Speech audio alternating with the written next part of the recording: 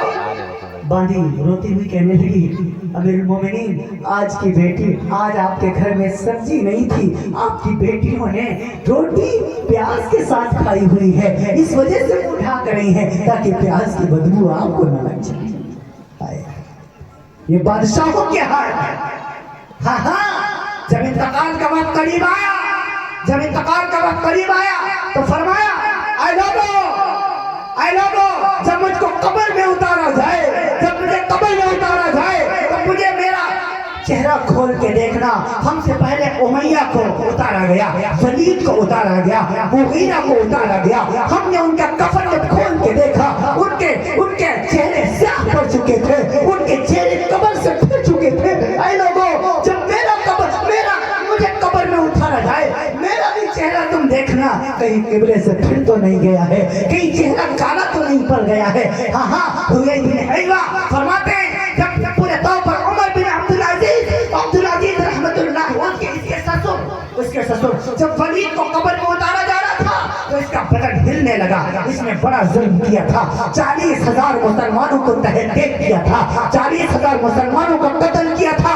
جب آخری وقت آیا تو پورے تو اس کا بدن ہلنے لگا، بیٹوں نے کہا ابا زندہ ہے نکالو، عمر بن عبدالعزیز نے کہا تھا زندہ نہیں ہے، عذاب جلدی شروع ہو گیا ہے۔ پھر جیسے اس کو قبر میں رکھا گیا، ایک بڑا سا سانپ اس کی پورے قبر میں اس کی لاش سے اس کی چمٹ گیا، پھر آخر تک نہیں ہٹا۔ عمر بن عبدالعزیز نے فرمایا جب مجھ کو قبر میں اتارنا تو دیکھنا میرا چہرہ بھی کھول کے، کہیں ایسا تو نہیں میرا چہرہ قبلے کی طرف سے پھرا ہو، کہیں ایسا تو نہیں میرا چہرہ کالا پڑ گیا ہو۔ ہوئے بن حیوہ فرماتے ہیں جب عمر بن عبدالعزیز کو قبر میں اتارا گیا تو ایک خوشبو آئی اور جب پورے طور پر قبر میں رکھ دیا گیا تو ایک پروانہ، ایک ہوا کا جھونکا آیا اور ایک پروانہ کاغذ کا پرزا پورے طور پر اڑتا ہوا آیا اور عمر بن عبدالعزیز کے جنازے کے یوں سینے پر آ کر کے گرا۔ لوگوں نے دیکھا اس میں لکھا ہوا تھا براءۃ من اللہ براءۃ من النار عمر بن عبدالعزیز، یہ اس میں لکھا ہوا تھا کہ اللہ تعالیٰ نے عمر بن عبدالعزیز کو جہنم اور قبر کے عذاب سے آزاد کر دیا ہے۔ ہاں فرماتے ہیں جب ان کا چہرہ جب جنازے کے بعد کھول کے دیکھا گیا تو چودھویں رات کی طرح چمک رہا ہے اور قبلے کی طرف ہے۔ ہاں یہ چند دن کی 2.5 سال کی حکومت میں اللہ کو راضی کر کے چلے گئے۔ ایسے لوگوں کے بارے میں میرے نبی نے فرمایا الامام عادل، یہ وہ لوگ ہیں جن کو اللہ رب العالمین پہلی ٹرپ میں میدان محشر والے دن اللہ اپنے عرش کے نیچے جگہ عطا فرمائے گا۔ مظلوموں پر ظلم نہ ہونے دینا، جیسے ظلم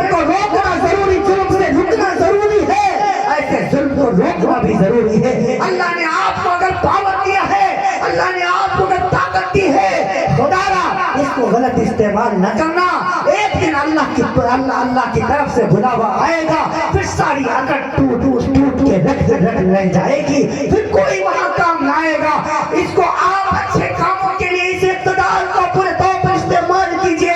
مظلوموں کو انصاف دلائیے, غریبوں کی مدد کیجئے, ضرورت مندوں کی ضرورت کو پورا کیجئے. انشاءاللہ اللہ آپ کو عادل بادشاہوں کے ساتھ اٹھائے گا انشاءاللہ.